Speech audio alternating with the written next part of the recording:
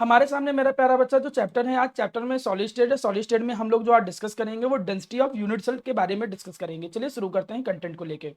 ध्यान दीजिएगा, अच्छा कंटेंट है, इसका क्वेश्चन हर साल एग्जाम में आता ही आता है, तो इसलिए इस पर आप ज्यादा अच्छे से समझने की कोशिश करेंगे। सबसे पहले मेरा प्यारा बच्चा, मैं जब डेंसिटी ऑफ यूनिट सेल की बात करता हूं तो आप लोग जब इसको देखते हो तो डेंसिटी का एक फॉर्मूला देखने को मिलेगा आपको अपनी बुक में। डेंसिटी का फॉर्मूला क्या मिलता है? That is mz divided by N naught A cube. आप बहुत अच्छे से इस चीज को ध्यान से समझिएगा जिससे आपको कंफ्यूजन ना रहे। आपको ये डेंसिटी का इस तरीके से फॉर्मूला देखने को मिलता है। कभी कभी जो आईएससी बोर्ड की बुक है उनमें कभी कभी आपको 10⁻³ से भी मल्टीप्लाई किया हुआ मिलेगा। तो ऐसा क्यों है वो भी हम आपके साथ डिस्कस करेंगे। मतलब कभी कभी 10th जो आईएससी बोर्ड की बुक अगर आप फॉलो करो, नूतन या कोई भी, तो उसमें आप नीचे की साइड 10⁻³ से मल्टीप्लीकेशन भी देखोगे। लेकिन उसके पीछे रीजन क्या है, क्यों मैं ये कह रहा हूं कि इसको याद करने की जरूरत नहीं है, उन सारी बातों के बारे में हम डिस्कस करेंगे। अभी ये जो फॉर्मूला है, इस फॉर्मूले में कौन कौन से टर्म क्या रिप्रेजेंट करते हैं इसके बारे में बताता हूं। यहां पर जो डी होता है वो डी क्या रिप्रेजेंट करता है? डी रिप्रेजेंट करता है डेंसिटी ऑफ यूनिट सेल। एक एक शब्द को बहुत अच्छे से समझिएगा क्योंकि न्यूमेरिकल में ये यूज पड़ेगा। एम जो होता है, एम होता है मोलर मास। भाई वो यूनिट सेल किसी कंपाउंड का होगा, जैसे NaCl का यूनिट सेल हो सकता है। NaCl का एक फेस सेंटर्ड यूनिट सेल होता है। तो वहां पर मेरा प्यारा बच्चा NaCl का आप मोलर मास जानते हो, सोडियम का ऐड कर लो, क्लोरीन का ऐड कर लो। तो ये M जो है यहाँ पर दैट इज मोलर मास। वो अलग अलग कंपाउंड का मोलर मास आप मास को ऐड करके निकाल सकते हो, एटॉमिक मास को ऐड करके। जेड जो है वो पहले ही बता चुका था कि जेड जो होता है ये होता है नंबर ऑफ एटम। कितने नंबर ऑफ एटम होते हैं in a unit cell. In a unit cell में कितने नंबर ऑफ एटम होते हैं वो जेड को रिप्रेजेंट करता था। ठीक है, आप लोगों को मैंने पहले ही बोला था कि जेड की जो वैल्यू होती थी वो याद करनी होती है और इसकी वैल्यू निकालना भी मैंने सिखाया था। अगर आपको याद हो तो आपको पता होगा कि सिंपल क्यूबिक में जो जेड की वैल्यू आती थी वो मेरा प्यारा बच्चा 1 होता था। बीसीसी में किसी को याद है बॉडी सेंटर्ड में जेड की वैल्यू कितनी होती थी? टू। हाँ, जेड की वैल्यू 2 होती थी और वहीं पे जो फेस सेंटर्ड होता था उसमें जो जेड की वैल्यू होती थी वो 4 होती थी। ठीक, माइक बंद कर दीजिए बाकी सब लोग। तो ये मेरा प्यारा बच्चा जेड की वैल्यू होती थी। देखिए न्यूमेरिकल बहुत इंपॉर्टेंट है इसलिए ध्यान से सुनिएगा एक एक चीज को। जेड के बाद अब अगले शब्दों पे हम चल रहे हैं कि इसमें देखो और फॉर्मूले में क्या क्या दिख रहा है। यहाँ पे एन नॉट दिख रहा है। एन नॉट जो होता है ये एवोगाड्रो नंबर होता है जिसकी वैल्यू आप लोगों को मालूम है 6.023 इंटू 10⁻²3। कभी कभी 22। हम यहाँ 22 ही क्यों लिखे? क्योंकि कैलकुलेशन में आसान होता है, जैसे 2 से कट करना हो तो जल्दी कट जाएगा। तो जब कभी कैलकुलेशन के पॉइंट ऑफ व्यू से हो तो एवोगाड्रो नंबर की आप यही वैल्यू को प्रेफर करना पसंद किया करो। ए जो होता है मेरा प्यारा बच्चा, ए क्या होता है? ए हम कहते हैं एज लेंथ को।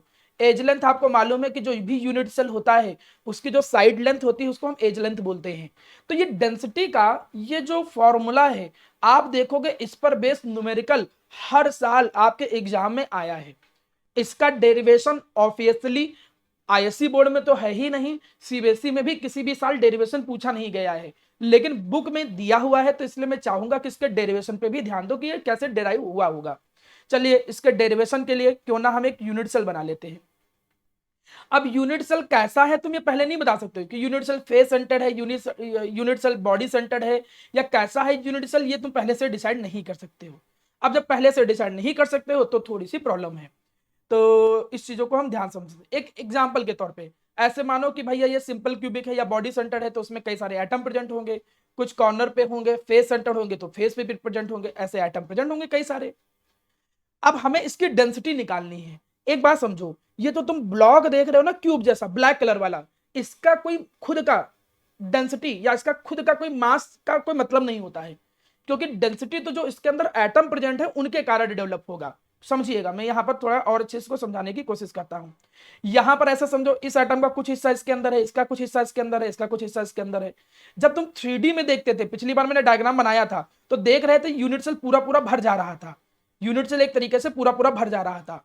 तो ये जो कंस्टिट्यूटिंग पार्टिकल होते हैं इनका जो हिस्सा इस यूनिट सेल के अंदर प्रेजेंट है, एक्चुअली में उसके कारण इस यूनिट सेल का कुछ मास होता है और उसके कारण ही उसकी डेंसिटी जो होती है वो क्रिएट होती है। अदरवाइज अगर तुम केवल इस स्ट्रक्चर की बात करो तो स्ट्रक्चर तो केवल एक लाइन है, हम केवल डिस्टेंस को एक तरीके से रिप्रेजेंट किए हैं। ये कोई ऐसा थोड़ी है कि कोई इस तरीके की लाइन है और उसका खुद का कोई मास होगा। मतलब एक एज्यूम करो, ऐसे एज्यूम करो यहां पर कोई स्ट्रक्चर नहीं होता है, यहाँ पर जैसे एक एटम आया, ये क्लोज आ गए, फिर 2 एटम क्लोज आ गए, फिर 3 एटम क्लोज आ गए, तो वो स्ट्रक्चर जो है वो एटम के कारण होता है। वो तो हम यहाँ पर एक ज्योमेट्री क्रिएट हो जाए आपके माइंड में, इसलिए ये लाइनिंग बना रहा हूं। तो ये दिमाग से निकाल देना कि लाइन का कोई मास होता होगा, ये जो क्यूब जैसा बना रहे हैं उन क्यूब की लाइन का कोई मास होगा, ऐसा कुछ नहीं होता है। तो यहाँ पर मास किसके कारण होता है? जो एटम या कंस्टिट्यूटिंग पार्टिकल इस यूनिट सेल के अंदर है उनके कारण डेंसिटी या मास एग्जिस्ट करता है यूनिट सेल का। चलिए आगे बढ़ते हैं। अब जब अगर डेरिवेशन आ भी जाए कभी, तो आपको बहुत घबराना नहीं, परेशान नहीं होना है, क्योंकि आपको मालूम है कि यार डेंसिटी ऑफ यूनिट सेल पूछा है, तो डेंसिटी के उस फॉर्मूले से शुरुआत करना जो तुम क्लास 6 से पढ़ते आ रहे हो। डेंसिटी किसकी निकालनी है? डेंसिटी निकालनी है यूनिट सेल की। तो डेंसिटी का फॉर्मूला जो क्लास 6 से पढ़ते आ रहे हो वो है मास अपॉन वॉल्यूम। तो चूंकि डेंसिटी है यूनिट सेल की, तो मास भी किसका होगा? मास ऑफ यूनिट सेल का होगा। ऑब्वियस सी चीज है, मास किसका होगा? यूनिट सेल का होगा, डिवाइडेड बाई वॉल्यूम। यही तो फॉर्मूला होता है, mass of unit cell upon volume of unit cell. तो ये देखो मेरा प्यारा बच्चा क्या हो गया? डेंसिटी ऑफ यूनिट सेल का फॉर्मूला हो गया। अब फिर मैंने एक बात क्या बोली कि डेंसिटी होती किसके कारण है? कंस्टिट्यूटिंग पार्टिकल के कारण। अब कितने कंस्टिट्यूटिंग पार्टिकल हैं? इसका यह मतलब नहीं कि कंस्टिट्यूटिंग पार्टिकल यहां 8 हो गए, 8 हो गए, ऐसा कुछ नहीं, या फेस सेंटर्ड हो गए उसके अकॉर्डिंग हो गए। ये मैं निकलवाना सिखाया हूं कि कैसे नंबर ऑफ एटम निकाले जाते हैं। तो यहां पर जो मास होगा यूनिट सेल का वो कैसे निकालोगे? पहले तो ये तो पता हो कि कितने एटम है। एक्चुअली में जड़ हम यहां लिख दे रहे हैं एटम। अगर सिंपल क्यूबिक होगा तो टोटल एटम 1 के बराबर होंगे, होंगे तो 8 कॉर्नर पे, लेकिन वो इक्विवेलेंट होगा 1 कंस्टिट्यूटिंग पार्टिकल के, 1 एटम के। वैसे बीसीसी होगा तो टोटल एटम 2 होंगे, एफसीसी होगा टोटल 8 होंगे। तो यूनिट सेल का अगर तुम मास निकाल रहे हो, जैसे कोई क्यूब जैसी चीज है नहीं ना, मैं समझाता, मान के चलो कोई भी क्यूब जैसी चीज है। अब इसका जो मास है तो इसके अंदर कितने एटम प्रेजेंट हैं, उन एटम का मास निकाल दो तो इस यूनिट सेल का भी मास निकल के आ जाएगा। अब एटम कितने हैं भाई? यही तो यूनिट सेल का मास कैसे निकलेगा? कितने एटम है इनटू मास ऑफ 1 एटम, तब आपको यूनिट सेल का टोटल मास निकल के आएगा। मतलब उस यूनिट सेल के अंदर टोटल कितने एटम है और इनटू एक एटम का जो मास होगा। तो मैं यहां पर यूनिट सेल के मास को रिप्लेस कर सकता हूं। किससे रिप्लेस कर सकता हूं? जड़ कितने एटम है इनटू क्या लिख सकता हूं? मास ऑफ 1 एटम। एक एटम का जितना मास होगा मैं यहां पर वो लिख सकता हूं। और यूनिट सेल का वॉल्यूम कितना होता है? जनरली मैं क्यूबिक के केस को ध्यान में रख के ये फॉर्मूला डिराइव कर रहा हूं। तो क्यूबिक के केस में अगर इसकी एज लेंथ ए है तो आप लोगों को पता है कि जो क्यूब का वॉल्यूम होता है वो कितना होता है? ए क्यूब। तो वॉल्यूम की जगह पर हम क्या लिख देंगे? ए क्यूब लिख देंगे। अब एक एटम का मास कैसे निकलता है? क्या कोई बता सकता है एक एटम का मास कैसे निकलता है? सिंगल एटम का मास कैसे निकलता है? क्लास 11th में या 9th में पढ़ाया जाता है। मैं एक कार्बन का मास बोलूं, एक कार्बन एटम का मास कितना होगा? What will be the mass of 1 carbon atom? Avogadro number से डिवाइड कर देंगे। हाँ, जो उसका एटॉमिक मास है उसको एवोगैड्रो नंबर से डिवाइड करोगे। ऐसे यही तरीका ही होता है। तरीका क्या होता है कि जो उसका मास है divided by Avogadro number.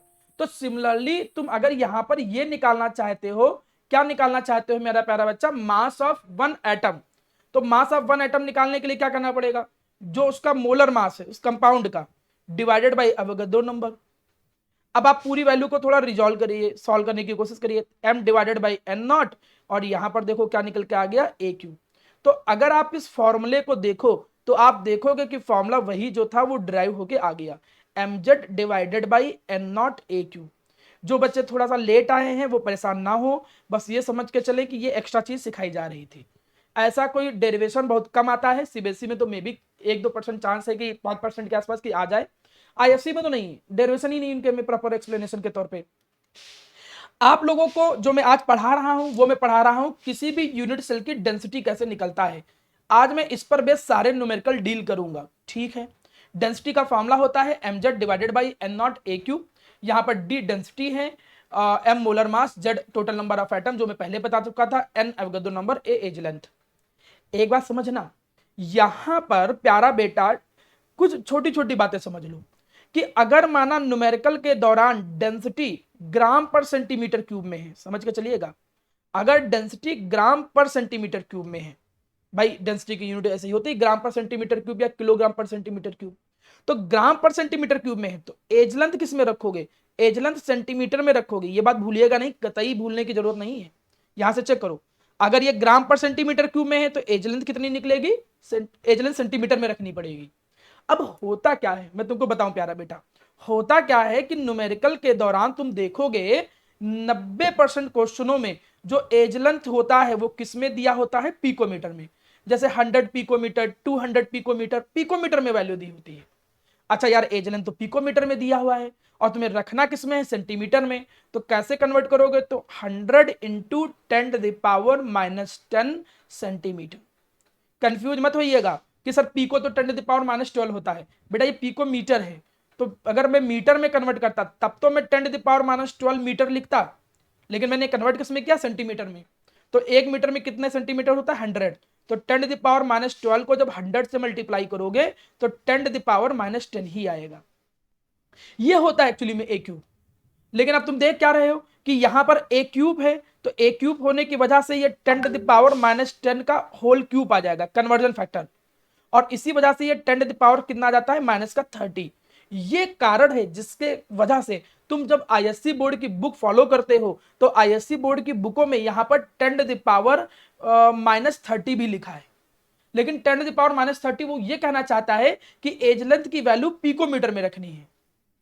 As length की वैल्यू किसमें रखनी है, पिकोमीटर में। मान के चलो न्यूमेरिकल में 300 पिकोमीटर दिया है, तो एज लेंथ सीधे 300 पिकोमीटर रखो और बगल में तो कन्वर्जन तुमने कर ही दिया है। लेकिन ये इतना कंफ्यूजन दिमाग में रखने की जरूरत नहीं है। आप केवल और केवल बस ये फॉर्मूला याद रखो, क्योंकि जरूरी नहीं है कि कम्पिटिटिव अप्रोच में जाओ तो ए पिकोमीटर में ही दे। पिकोमीटर से सेंटीमीटर में कन्वर्ट करना है तब तो तुम 10⁻10 मतलब 30 यूज कर सकते हो। इस वजह से तुम केवल ये फॉर्मूला याद करो और तुम सीधे सीधे बस एक्स्ट्रा क्या याद रखो, एक्स्ट्रा ये याद रखो कि 1 पिकोमीटर बराबर 10⁻10 सेंटीमीटर होता है। बस इससे ज्यादा तुम्हें कुछ याद करने की जरूरत नहीं। अगर ये कन्वर्जन फैक्टर याद है तो तुम खुद समझो, माना न्यूमेरिकल में माना वैल्यू दे रखी है, ऐसे दिया है कि a = 200 पिकोमीटर। अब तुमको मालूम चल गया कि यार एज लेंथ तो सेंटीमीटर में सर ने बोला था रखने के लिए, तो तुरंत क्या लिखोगे, 200 इंटू 10⁻10 सेंटीमीटर, बस खत्म। और उठा के यहां पर रख दोगे। मतलब फॉर्मूला तो तुमने देखा, डेरिवेशन भी तुमने देखा, तो इस डेरिवेशन में तुमको ये याद होना चाहिए कि एज लेंथ सेंटीमीटर में रखा जाता है और इस ऐसा करने पे डेंसिटी जो निकल के आती है वो ग्राम पर सेंटीमीटर क्यूब में निकल के आती है, एंड वाइस वर्सा। यहीं पे डेंसिटी अगर डेंसिटी किलोग्राम पर मीटर क्यूब में होती तो ऑब्वियस ही बात है एज लेंथ मीटर में आएगी। तो ये छोटी छोटी बातें आपको पता होनी चाहिए। तो अभी तो केवल आपको अपने दिमाग में ये फॉर्मूला याद रखना है। इस फॉर्मूले में जितने टर्म है वो याद रखने हैं। D density of unit cell है, एम उसका मोलर मास है कंपाउंड का, जिस कंपाउंड का वो यूनिट सेल है, Z total number of atom होते हैं जो फिक्स होते हैं, ये न्यूमेरिकल में दिया नहीं होता, ये तुम्हें याद होना चाहिए। ये पढ़ाया गया है कैसे निकाला जाता है। सिंपल क्यूबिक में 1, बॉडी सेंटर्ड में जेड की वैल्यू 2, फेस सेंटर्ड में 4 होती है। यही केवल 3 यूज होते हैं। एन नॉट फिक्स वैल्यू है, दैट इज एवोगाड्रो नंबर जिसकी वैल्यू तुम्हें पता है, और ए एज लेंथ होता है। अब हम चलते हैं कि भाई इसके न्यूमेरिकल कैसे बन सकते हैं। मैं जितने भी पॉसिबल तरीके हैं जिससे तुम्हें कोई भी क्वेश्चन फंसने के चांस क्रिएट ही ना हो वो डिस्कस करता हूं। सबसे पहला, एक कोई ऐसा क्वेश्चन जिसमें तुम्हें डायरेक्ट फॉर्मूला यूज करना हो, डायरेक्ट फॉर्मूला बेस्ड क्वेश्चन, मतलब जिसमें डायरेक्ट फॉर्मूला लगाना है। आप क्वेश्चन को पढ़िए, देखिए, समझिए। जैसे इस क्वेश्चन को हमने पढ़ा, इसमें देखो क्या लिखा है, सीसीपी लैटिस। क्या मुझे कोई बच्चा यहां पर जिसने पिछली क्लास किया हो वो ये बता सकता है कि सीसीपी लैटिस 3D, यहां 3D की बात कर रहे हैं, क्यूबिक क्लोज पैकिंग 3D में एक और नाम होता था, किसी को याद है? FCC। हाँ एफसीसी, उसको बोलते थे फेस सेंटर्ड क्यूबिक। देखिए ये भी बात पता होनी चाहिए, क्यों? क्योंकि यहीं से कौन सी चीज निकल के आएगी, जेड की वैल्यू। अगर तुमको ये बात ना पता होती तो तुम जेड की वैल्यू ना निकाल पाते, क्योंकि आपने ये याद किया था कि जेड की वैल्यू कितनी होती है, 4। किस केस में, फॉर एफसीसी। आपको पता चल गया कि भाई ये फेस सेंटर्ड क्यूबिक है तो जेड की वैल्यू 4 निकल के आ गई। आगे तो वो अपनी नौटंकी करेगा ही कि ये फला फला चीजें। X ray study the crystal so that edge length, तो आप एज लेंथ पे सीधे आ जाओ। एज लेंथ की वैल्यू देखो कितनी दे रखी है, 408.6 पिकोमीटर। सर ने सिखा रखा है कि पिकोमीटर की वैल्यू तुरंत किस में कन्वर्ट करनी है, आपको कन्वर्ट करनी है सीधे सेंटीमीटर में, तो 10⁻10 सेंटीमीटर कर लिया। Calculate the density of silver, आपको डेंसिटी ऑफ सिल्वर निकालना है। ये क्वेश्चन मार्क लगा दिया, और उसका जो एटॉमिक मास मतलब मोलर मास, अगर एटम की बात करो तो एटॉमिक मास, मॉलिक्यूल की बात करोगे तो मोलर मास, वो वही चीज है। तो मोलर मास की वैल्यू पहले से दे रखी है 1.079 यूनिट AMU जो भी था। आपने डेंसिटी का फॉर्मूला लगाया, what is the formula, mz divided by n0 AQ। आप फॉर्मूले में केवल देखिए, करिएगा घर पे सब।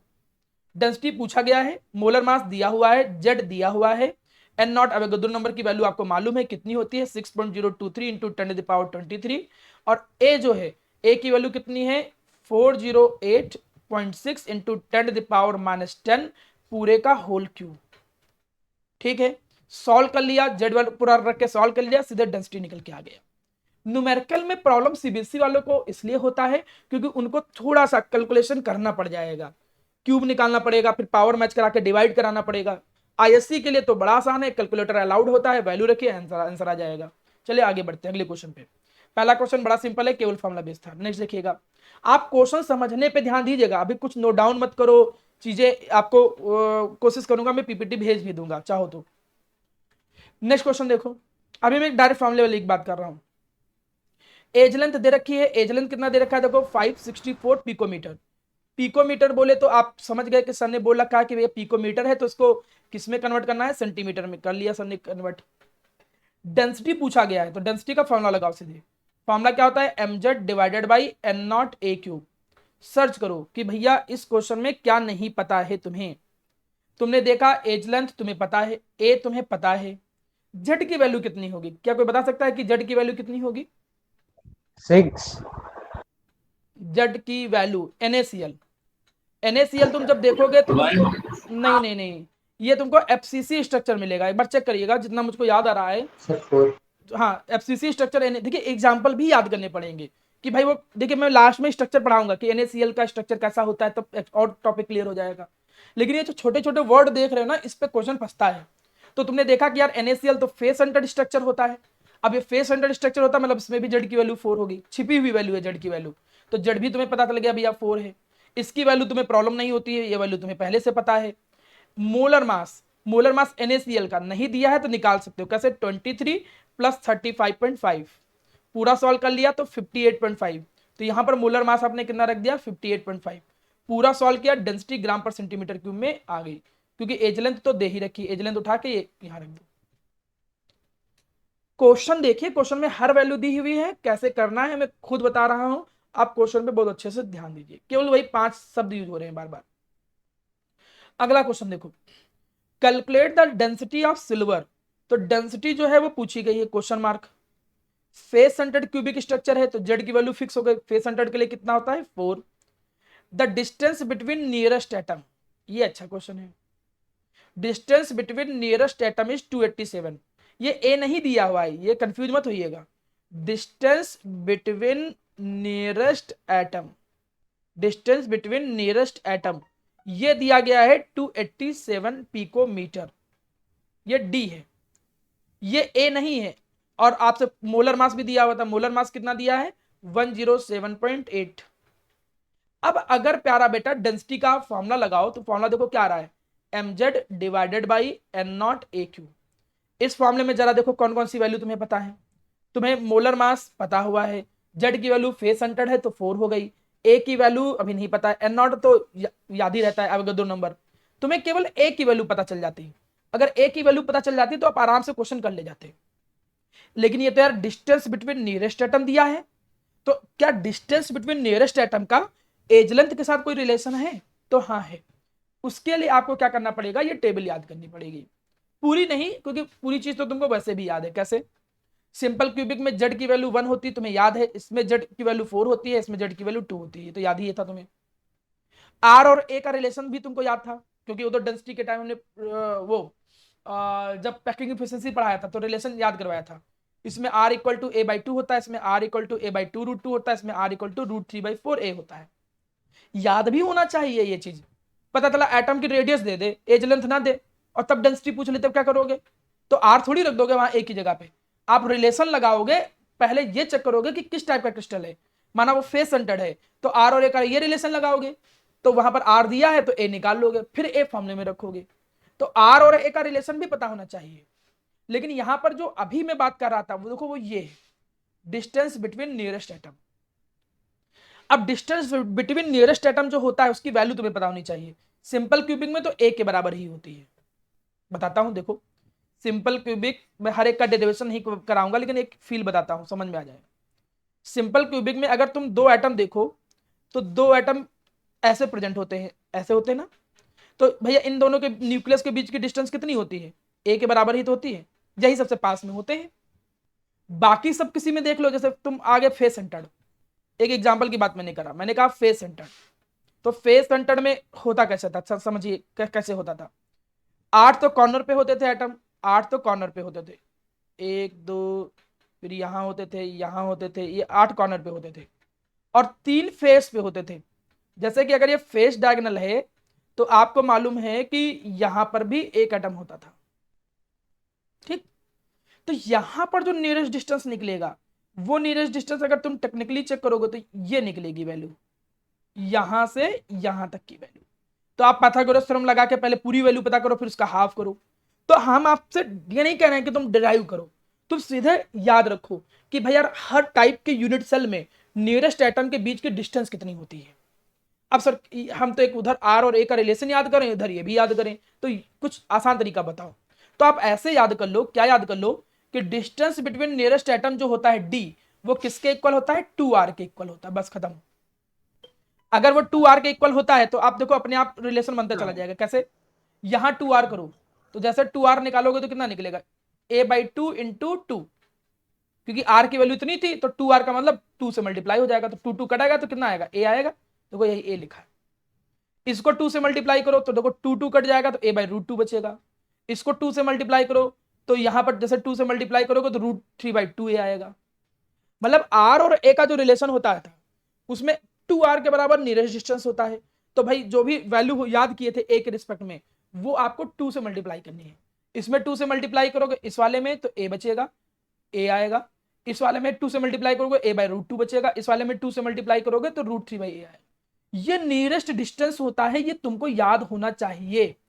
मैं पूछूं कि भैया फेस सेंटर्ड है, फेस सेंटर्ड के नियरेस्ट एटम के बीच की डिस्टेंस इतनी है, तो आप जान जाओगे क्या नियरेस्ट एटम फेस सेंटर्ड में दे रखी है, ए निकाल लेना रिलेशन लगा के। तो अब पुराने क्वेश्चन में आता हूं, चलो देखो पुराने क्वेश्चन में जब मैं आया तो क्रिस्टल कौन सा था, फेस सेंटर्ड था। क्या अभी किसी को याद हुआ कि फेस सेंटर्ड में नियरेस्ट डिस्टेंस बिटवीन एटम कितना होता है, a/√2। वेरी गुड, शाबाश। अब a/√2 आया, d की वैल्यू ये दे रखी थी, ये जो दे रखा था वो d की वैल्यू दे रखी थी, तो यहां पर आपने वैल्यू रख दी 287 picometer equal to a/√2। Solve किया तो यहां से a आ गया, a कितना आया 287 इंटू √2, लेकिन पिकोमीटर में आया है और आपको मालूम है कि तुम पिकोमीटर में नहीं रख सकते हो, तो इंटू √2 और पिकोमीटर का मतलब 10⁻⁻10। ये इतनी वैल्यू पूरी रखोगे और पूरे का होल क्यूब करोगे, गलती मत करना, पूरे का होल क्यूब करना और वैल्यू रखो, सारी चीज पता थी, डेंसिटी आ गई। मतलब इस क्वेश्चन में तुमने क्या सीखा, इस क्वेश्चन में तुमने ये सीखा कि कभी कभी न्यूमेरिकल में ए ना देके नियरेस्ट डिस्टेंस दे रखा होता है डी की वैल्यू, तो डी से पहले ए निकालेंगे पर्टिकुलर यूनिट सेल को अप्लाई करते हुए, और ए निकल के आ जाएगा, तब फॉर्मूले में रखेंगे और हमारी डिजायर रिक्वायरमेंट पूरी हो जाएगी। अभी तक जितने क्वेश्चन तुम देखे हो उन क्वेश्चन में डेंसिटी ही पूछा गया था, लेकिन उस डेंसिटी में कभी कुछ दिया है कभी कुछ नहीं दिया हुआ है, थोड़ा बदलाव मैंने किया है। देखिए पहले में भी डेंसिटी निकालना था, इसमें भी डेंसिटी, उसमें तो देखो सब कुछ दिया था, सारी वैल्यू, बड़ा सिंपल क्वेश्चन था। इसमें मैंने बदलना चालू किया।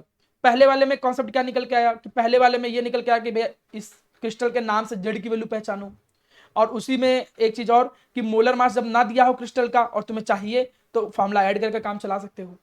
इसमें ए डायरेक्ट नहीं दिया था, डिस्टेंस नियरेस्ट करके दिया हुआ था, तो ए निकाल के तुमने डेंसिटी निकाल ली।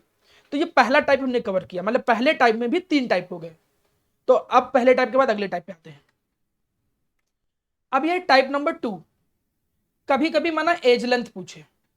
यार तुम एक बात समझो, d equal to mz divided by n0a³। अगर यहां पर तुम देखो तो टोटल कितने पैरामीटर दिख रहे हैं, 1 2 3 4 5, तो 5 चीजें निकालने को पूछ सकता है आपसे। कितनी चीज निकालने को पूछ सकता है, 5 चीजें। तो 5 तो न्यूमेरिकल ऐसे ही आ गए, कोई 4 दे दो, एक चीज पूछ लो, तो 5 न्यूमेरिकल देखिए ऐसे ही आ गए। फिलहाल अभी ए वाले पे देखते हैं, कुछ क्वेश्चन ट्राई करने की कोशिश करते हैं, देखते हैं। इसमें एज लेंथ पूछ रहा है, एज लेंथ का मतलब ए पूछ रहा है। अच्छा, इस क्वेश्चन पे मैं थोड़ा सा इंपॉर्टेंट लिखकर आगे बढ़ जा रहा हूं, ठीक है, क्योंकि इसका कॉन्सेप्ट मुझे अलग से सिखाना पड़ेगा आपको। अच्छा क्वेश्चन है, मतलब ये क्वेश्चन ऐसा है जिस क्वेश्चन में मैं देखता हूं कि बच्चे फंसते हैं, तो इसलिए पहले आसान वाले कुछ तरीके पे आ जाता हूं, फिर इस पे घूम के आते हैं, ठीक है, आगे बढ़ते हैं। भी मैं भी इस पे वापस आऊंगा, मतलब इसके अंदर भी 2-3 तरीके हैं, लेकिन ये थोड़ा स्पेशल है। इसके बाकी भी करके दिखाता हूं। बाकी देखो, जैसे distance between Na plus and Cl minus ion, ये नियरेस्ट डिस्टेंस नहीं है। अब यहां कंफ्यूज मत हो जाना कि ये नियरेस्ट डिस्टेंस है, ये आयनिक केस आ गया, आयनिक कंपाउंड के स्ट्रक्चर की बेसिस पे आ गया। तो यहां पे नियरेस्ट डिस्टेंस मतलब यहां पर एक रिलेशन याद रखो कि A बराबर कितना होता है 2R Na plus plus Cl minus, मतलब जो क्लोराइड आयन और सोडियम आयन है इनके बीच की जो डिस्टेंस होता है वो लगभग लगभग 2 टाइम होता है एज लेंथ के। तो ये एक नया रिलेशन है। एक्चुअली वो लोग क्या करते हैं, कभी कभी कुछ नए तरीके के क्रिस्टल यूज करते हैं, NaCl type crystal, caesium chloride crystal. और ये क्वेश्चन जानते हो कब आता है, जब वो ऐसे दे कि distance between cation and anion, cation और एनायन के बीच की डिस्टेंस दे, तब ये एक अलग फॉर्मूला यूज करते हो। जैसे ये एक तुमको रिलेशन अलग से याद करना पड़ेगा कि यार कैटायन और एनायन के बीच की डिस्टेंस लगभग इतनी होती है। अब न्यूमेरिकल में देखो क्या पूछ रहा था, what is the distance between Na plus and Cl minus.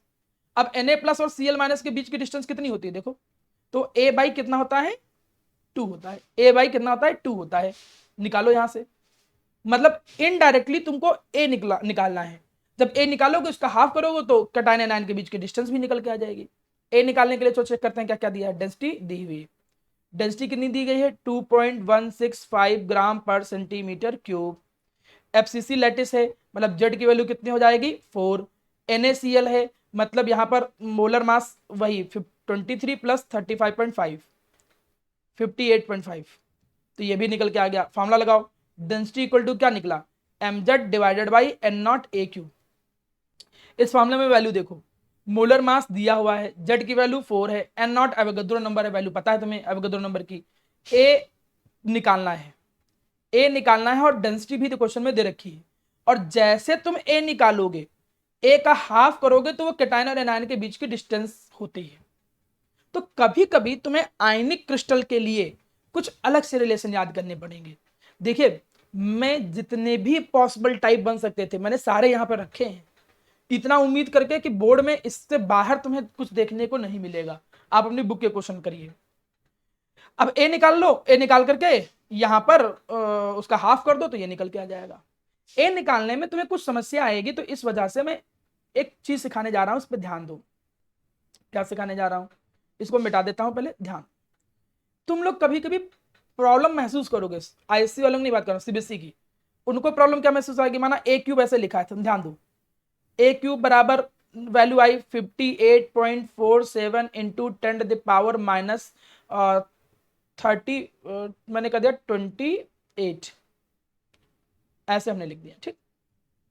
इतनी वैल्यू लिखी हुई। अब तुम्हें A निकालना है। अब भैया तुम A कैसे निकालोगे, अब कहोगे भैया क्यूब रूट करिए इसका। हम सारी प्रॉब्लम भी सॉल्व करा दे रहे हैं, इसीलिए 58.47 into 10 to the power minus 28। आप सर कहोगे यार सर क्यूब रूट हम कैसे निकालें, क्यूब रूट स्क्वायर रूट तो चलो तब भी ठीक था, क्यूब रूट यहाँ इसका कैसे निकलेगा, कैलकुलेटर में तो हो जाएगा। अब क्यूब रूट वाली प्रॉब्लम रिजॉल्व कैसे करोगे CBSE बोर्ड के बच्चों, आप रिजॉल्व ऐसे करोगे कि क्यूब रूट का मतलब होता है पावर 1/3, स्क्वायर रूट का मतलब होता है पावर 1/2, और क्यूब रूट का मतलब क्या होता है पावर 1/3। तो एक चीज तो पक्का है, क्या पक्का है कि ये पावर तभी काम करेगी या सॉल्व हो पाएगा जब ये भी 3 के मल्टीपल में हो। तो आप कुछ ऐसा करो जबरदस्ती कि पावर मल्टीपल में आ जाए। तो मल्टीपल में लाने के लिए क्या करना पड़ेगा, 584.7 into 10 to the power minus 27। एक पावर तुमने कम किया, -27 किया, तो उधर जो वैल्यू होगी वो क्या हो जाएगी, एक बढ़ जाएगी। मतलब जब नहीं गलत कर दिया ना मैंने, हाँ गलत कर दिया। जब एक वैल्यू घटाएंगे -27 करेंगे, मतलब एक तरीके से वैल्यू 10 इधर से ले रहे हैं हम लोग, तो -27 जब किया तो इधर वैल्यू कितनी आएगी 5.87 ऐसे करके, और पूरे का क्या आ जाएगा होल थ्राइस। मतलब कुछ ऐसा करना पड़ेगा कि यार इस डेसिमल को इधर उधर घुमा के ऐसा करना पड़ेगा कि ये 3 की पावर से कट जाए। अब इसको सॉल्व करो, तो यहां पे बचा cube root of 5.87 into 10 to the power minus 27 पूरे की पावर 1/3, ये भी पावर 1/3 है। कम से कम यार इतना तो आ ही गया, 10 की पावर तो कम से कम सॉल्व हो गई। रहा प्रॉब्लम इसके क्यूब रूट की। अब या तो क्यूब रूट तुम्हें निकालना आता हो प्रॉपरली, नहीं भी आता है तो आप अप्रोक्सीमेट करोगे तब भी आपको पूरे नंबर मिलेंगे। अब सर अप्रोक्सीमेट कैसे करें? अच्छा देखो, 2 का क्यूब रूट कितना होता है? 2 दूनी 4 दूनी 8। ए का कितना होता है? 1 के आसपास। तो अगर आप 5 की वैल्यू देखो तो इसका क्यूब रूट लगभग लगभग 1.5 के आसपास आएगा। मतलब लगभग लगभग अगर 1.5 के आसपास आएगा मतलब 1 पॉइंट ही आएगा। ये तो आइडिया क्लियर है, क्योंकि अगर 2 का क्यूब रूट देखो तो 2 3 जा 8, 8 से ये कम है तो 1.6 के अप्रॉक्स आएगा। तो जब आपने लगभग लगभग सॉल्व कर लिया और ब्रैकेट में लिख दिया वैल्यू अप्रॉक्स, ये सेंटीमीटर में आया, तब भी आपको पूरे फुल नंबर मिलेंगे। पहले डिजिट के बाद अगर एक डेसिमल में थोड़ा बहुत अंतर है और आपने ब्रैकेट में अप्रॉक्स लिख दिया तब भी आपको पूरा नंबर मिलेगा, क्योंकि पावर आपने सही निकाली है। देखिए ये एक सबसे बड़ी, हाँ बोलो सर 5.87 का कैसे किया सर, एक बार फिर से बता दीजिए। मैंने किया नहीं इसको, वर्बली तुमने ट्राई किया। वर्बली ट्राई करने का मतलब 2 का क्यूब रूट कितना होता है? 8। 1 का क्यूब रूट होता है 1। तो 8 का मतलब 2 आएगा, तो 2 से कम ही वैल्यू आएगी। 2 से वैल्यू कम आएगी, लगभग लगभग अगर अंदाजा लगाओ मन में तो लगभग लगभग ये 1.5 के आसपास आएगी। 1.5 से भी मुझे लगता है कम आएगी, क्योंकि 15 15 या 225, 15 की पावर 3 कितना होता है? 15 की पावर 3 नॉर्मल मल्टीप्लीकेशन 225। तो 229 कहां से आ जाएगा? अरे लगभग लगभग वैल्यू इतनी आएगी। ठीक है, तो ये आपको अपने अंडरस्टूड पे करना है कि क्यूब रूट कितना आ जाएगा। जैसे जैसे माना वैल्यू आएगी कितनी, क्यूब रूट निकालना है तुम्हें कितना? 29 का 29.4। अब इसका क्यूब रूट निकालना है तो यार अब क्यूब रूट निकालने के चक्कर में टाइम नहीं बचेगा, क्योंकि पावर तो तुमने बिल्कुल सही किया होगा। क्योंकि पावर माना अगर यहाँ 18 होगा कि पावर 1/3 करोगे तो पावर तो बिल्कुल सही मैच कर गई। इसका क्यूब रूट अंदाजे से निकाल लो। कैसे निकालोगे अंदाजे से? 3 का क्यूब रूट कितना आता है? 27। 3 तिकन होते 27, तो ये 27 से थोड़ा सा ज्यादा है, मतलब आंसर 3.1 के आसपास आएगा। और ब्रैकेट में आप अप्रॉक्स लिख दो। 2 चीजें आपकी बिल्कुल सही निकलेंगी हमेशा, पहले डिजिट और पावर। इस पे आपको पूरे मार्क्स मिल जाते हैं। तो ये जो प्रॉब्लम होती है ए क्यूब से ए निकालने की, वो मैंने प्रॉब्लम आपको रिजॉल्व की।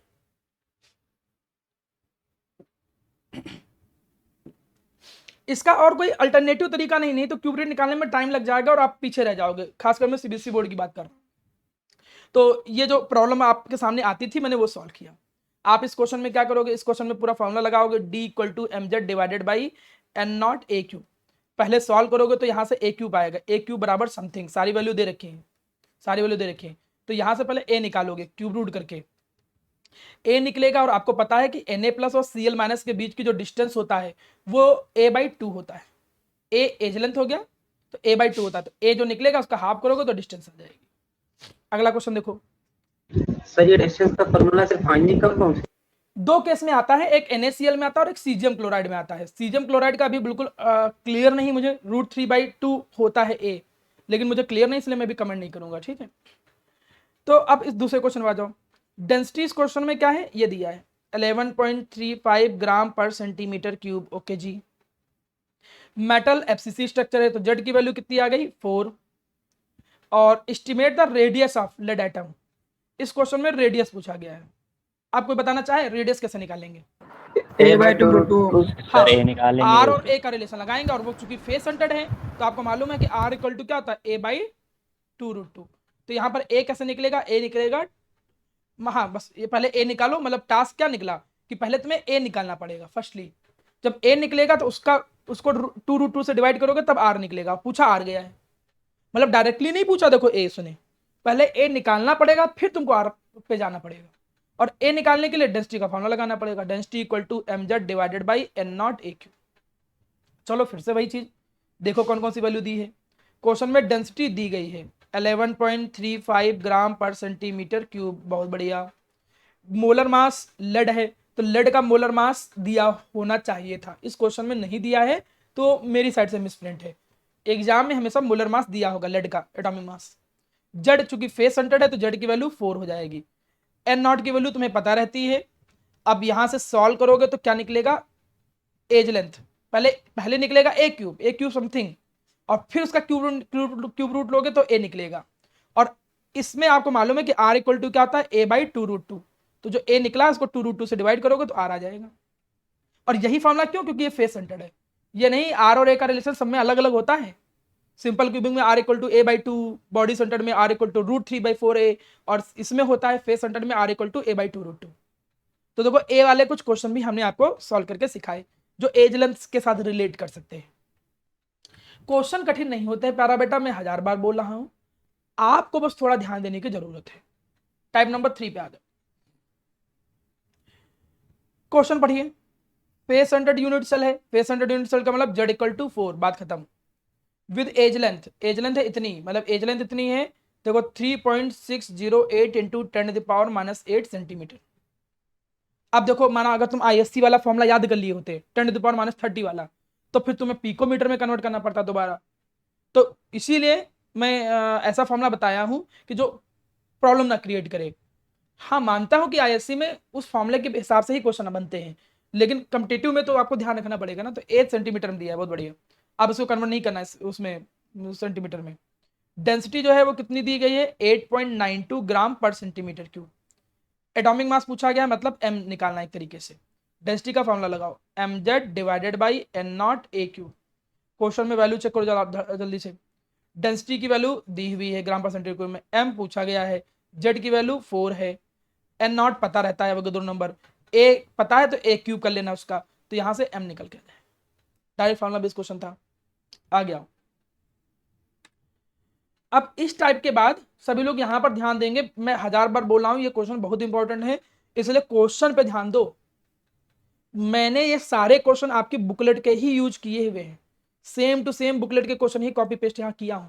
तो आपको क्वेश्चन बुकलेट से मिल जाएगा, एक बार दोबारा ट्राई करो, उसमें आंसर भी लिखा है और आंसर भी मैच करा सकते हो आप लोग। अगला क्वेश्चन देखो, इसमें पूछ रहा है calculate the value of number of atom. ये भी पूछ सकता है नंबर ऑफ एटम। क्वेश्चन में एज लेंथ दिया हुआ है, ए दिया है 288 पिकोमीटर। शुरू से बताता आ रहा हूं कि जैसे एज लेंथ पिकोमीटर में दिया हो तो आप सेंटीमीटर में कन्वर्ट कर लो। कन्वर्जन फैक्टर क्या होता है, 10⁻⁻10। सेंटीमीटर में कन्वर्ट कर लिया, क्योंकि डेंसिटी देखो सेंटीमीटर में ही दे रखी, ग्राम। डेंसिटी किस में दे रखी है, 7.2 ग्राम पर सेंटीमीटर क्यूब। जी अच्छा, यहां पे थोड़ा सा टेक्निकल चीज है, ये मोल कॉन्सेप्ट का यूज किया गया है, तो कई बच्चों के दिमाग से ऊपर निकल जाएगा जिनको मोल कॉन्सेप्ट एक्चुअली में थोड़ा कम आता है। पूछ रहा है how many atom are present in 208 gram of element. अच्छा, कितने एलिमेंट प्रेजेंट है 208 ग्राम ऑफ द एलिमेंट के अंदर। आप एक बात समझो, किसी को पता है कि मोलर मास क्या होता है? किसी को पता है मोलर मास कितने एटम का मास होता है? Mass of one mole of substance. Very good, mass, Shreyansh बिल्कुल सही। मोलर मास क्या होता है, mass of one mole, mass of one mole atom. ठीक है जी, एक मोल एटम का मास इतना होता है। तो अगर मैं कहूं कि मोलर मास जो होता है इसमें कितने एटम होते हैं, इसमें 6.023 इंटू 10⁻23 एटम होते हैं ना, इतने एटम होते हैं। या मैं इस लाइन को पलट दूं, मैं इस लाइन को पलट कैसे बोल सकता हूं, ये एवोगाद्रो नंबर ऑफ एटम जो होते हैं वो, इनका जो मास होता है वो मास कितने का होता है। अच्छा सही, लैंग्वेज सही थी, मतलब पलटने की जरूरत नहीं।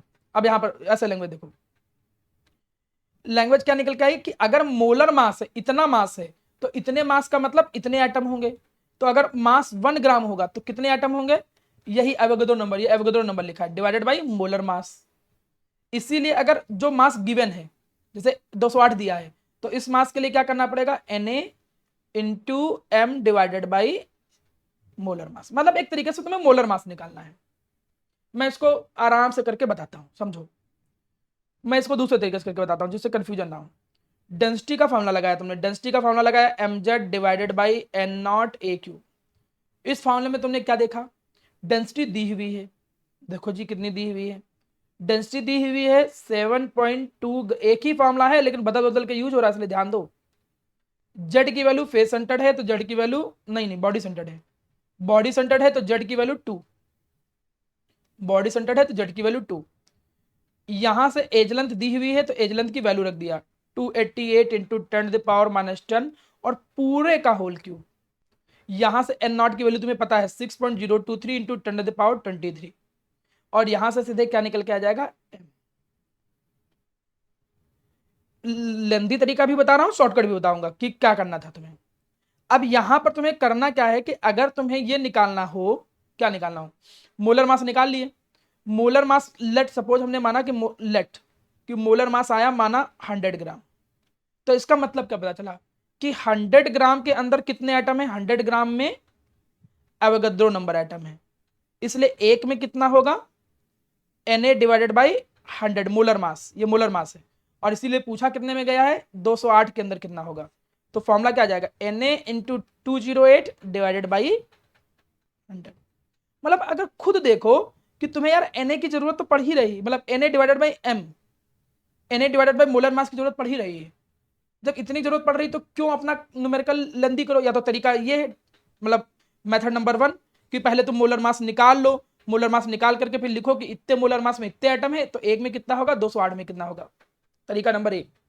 लेकिन इसका वाइस तरीका या आसान तरीका या दिमाग वाला तरीका क्या है कि तुम यहां से इतनी वैल्यू निकालो, यहां से इतनी वैल्यू निकालो, m divided by Na not, तो m divided by Na not निकाल लो, क्योंकि फिर कैलकुलेशन बच जाएगी, तो वो सीधे d a cube divided by z, come calculation करनी पड़ेगी।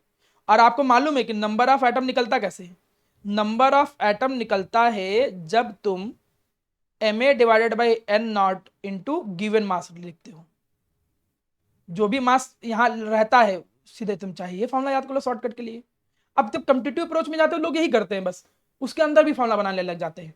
अब तुम पूरी वैल्यू ना निकाल के तुम सीधे m divided by Na not फॉर्मूले से निकालो धड़ाक से, और जो भी गिवन मास में पूछ रहा है, जिसमें पूछ रहा है वो यहाँ रख दो, कर वही रहे हो। देखो m divided by Na not, या देखो m ओ पलट गया क्या value, Na not by m, थोड़ा फॉर्मूला गलत हो गया, यहाँ क्या निकला Na not by m into given mass. Overall जो भी तुम करना चाहो Na डिवाइडेड बाई m भी वहां से निकाल सकते हो, ऐसा नहीं कि नहीं निकलेगा भाई, यहां से निकालना चाहते हो तो Na को उधर भेजो, m को इधर भेजो, और बाकी सब कैलकुलेट कर लो। तो आप अपने अकॉर्डिंग भी चल सकते हो, कोई क्वेश्चन कठिन होता नहीं है। अभी आपको करना है कि क्वेश्चन कैसे करना है। एक सिंपल सा कॉन्सेप्ट है कि मोलर मास अगर जो होता है उसके अंदर एवोगाद्रो नंबर ऑफ पार्टिकल होते हैं।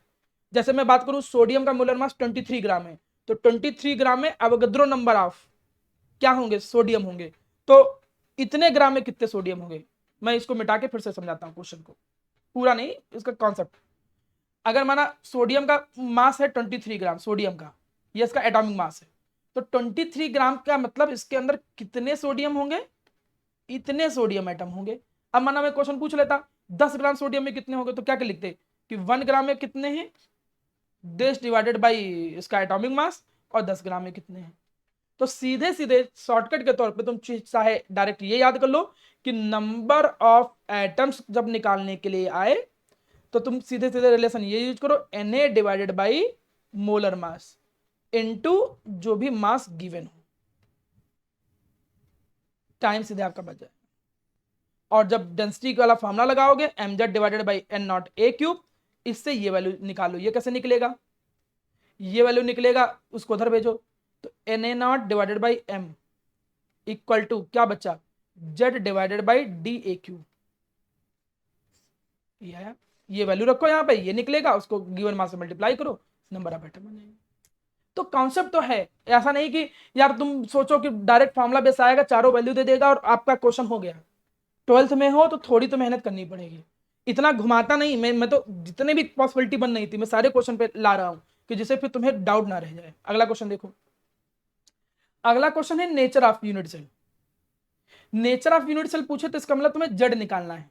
क्या निकालना है, जेड निकालना है, ये बात याद रखना, क्योंकि जब जेड पता होता है तब तुम्हें पता चलता है किस टाइप का यूनिट सेल है, टाइप ऑफ यूनिट सेल निकलता है।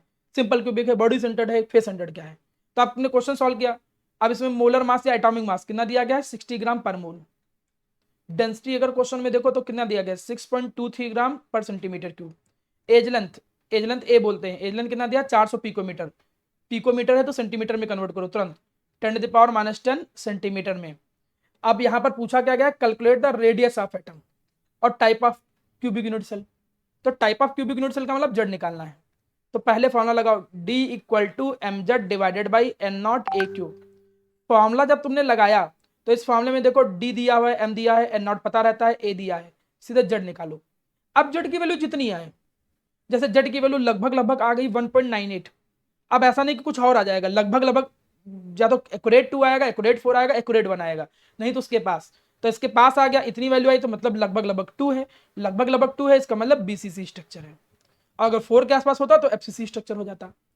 अब जो स्ट्रक्चर होगा उसी के अकॉर्डिंग रेडियस निकलेगा। ये रेडियस तुम पहले कर भी नहीं सकते, ये भी समझो, क्योंकि यूनिट सेल का जब टाइप पता चलेगा तभी तो तुम रेडियस निकाल सकते हो।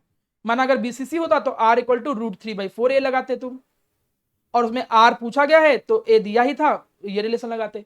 अगर माना ये एफसीसी आता, माना ये z की वैल्यू 4 आता, तो r इक्वल टू क्या लगाते, a/2√2 लगाते, तो यहां पर तब निकलता तुम्हारा।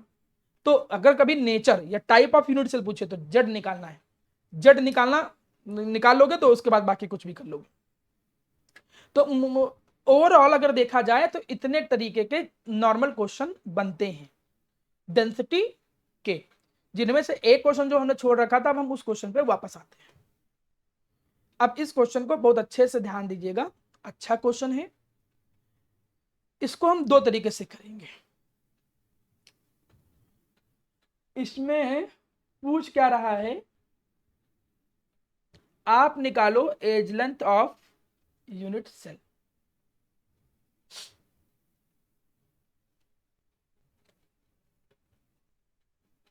हाँ, edge length of unit cell पूछा है। मोलर मास वाला तो फॉर्मूला नहीं लगा सकते हैं। एक बार माना तुम्हारे मन में आए कि हम मोलर मास वाला फॉर्मूला, तो डायरेक्ट निकल आएगा, तो कठिन क्वेश्चन है ही नहीं। एक और क्वेश्चन था वो मेरे दिमाग से स्किप हो रहा, मैंने दिया नहीं, तो ये तो आसान से हो जाएगा। आराम से कैसे हो जाएगा, आप डेंसिटी का फॉर्मूला लगाओ। डेंसिटी का फॉर्मूला लगाया तो क्या है, mz divided by n0 a³। ये तो आसान क्वेश्चन है। डेंसिटी इक्वल टू क्या है, mz divided by n0 a³। अब इस क्वेश्चन में तुमने क्या देखा जी, इस क्वेश्चन में देखा कि डेंसिटी जो है वो दी है, कितनी दी है, 7.2 ग्राम पर सेंटीमीटर क्यूब, इतनी दी है, ठीक है। मोलर मास पता होता तो बहुत बढ़िया होता, नहीं पता है कोई बात नहीं। एफसीसी स्ट्रक्चर है, एफसीसी का मतलब z इक्वल टू 4, तो यहां वैल्यू 4 रख दिया। n0 की वैल्यू तुम्हें पता रहती है 6.023 इंटू 10⁻23, ये तुम्हें पता रहता है। एज लेंथ, एज लेंथ तो पूछा ही गया है, एज लेंथ तो पूछा गया है। अब प्रॉब्लम यह है कि यहां पर दो वेरिएबल हो गए, एक मोलर मास भी और एज लेंथ पूछा गया है। मतलब तुम्हारा टास्क क्या है कि मोलर मास किसी तरीके से निकालो, यहां रखो, ए निकल के आ जाएगा। और मोलर मास निकालना कौन सी बड़ी बात है, मोलर मास कहते किसको है, अवोगाद्रो नंबर ऑफ पार्टिकल के मास को। अब रिलेशन देखो क्या है, इतने का मास कितना है, इतना, तो रिलेशन क्या निकला, 4.12 इंटू 10⁻23 एटम। इतने एटम जो है इनका जो मास है वो कितना है, 200 ग्राम, 200 ग्राम। दैट्स वाई, तो इस वजह से एक एटम का मास कितना निकलेगा, 200 डिवाइडेड बाई 4.12 इंटू 10⁻23। इसलिए अवोगाद्रो नंबर ऑफ एटम का मास कितना निकलेगा, अवोगाद्रो नंबर ऑफ एटम का मास कितना निकलेगा, 200 इंटू 6.0। हाँ, मल्टीप्लाई कर दिया और मल्टीप्लाई ये नीचे ऐसे आ गया। अब आपके सामने बचा क्या, 10⁻10, ये पावर कट गई, पूरा सॉल्व किए, तो सॉल्व करने पे लगभग लगभग ये आपका आंसर आ जाएगा 3 समथिंग, मान चलो ओवरऑल 300 के आसपास आ जाएगा, तो 300 ग्राम के अप्रॉक्स आएगा। तो ये जो आया है यही तो मोलर मास है, यही जो एम आया यही तो मोलर मास है, क्योंकि अवोगाद्रो नंबर ऑफ पार्टिकल का जो मास होता है वही मोलर मास होता है। इतने एटम का मास इतना, तो अवोगाद्रो नंबर का कितना होगा, वही मोलर मास आया। इस मोलर मास को यहां से उठाओ, यहां रखो, जैसे यहां रखोगे तो ए आ जाएगा कि नहीं आ जाएगा, तुरंत का तुरंत ए आ गया। ये क्वेश्चन में थोड़ा डिफिकल्टी थी बस, और क्वेश्चन बड़े आसान आसान होते हैं।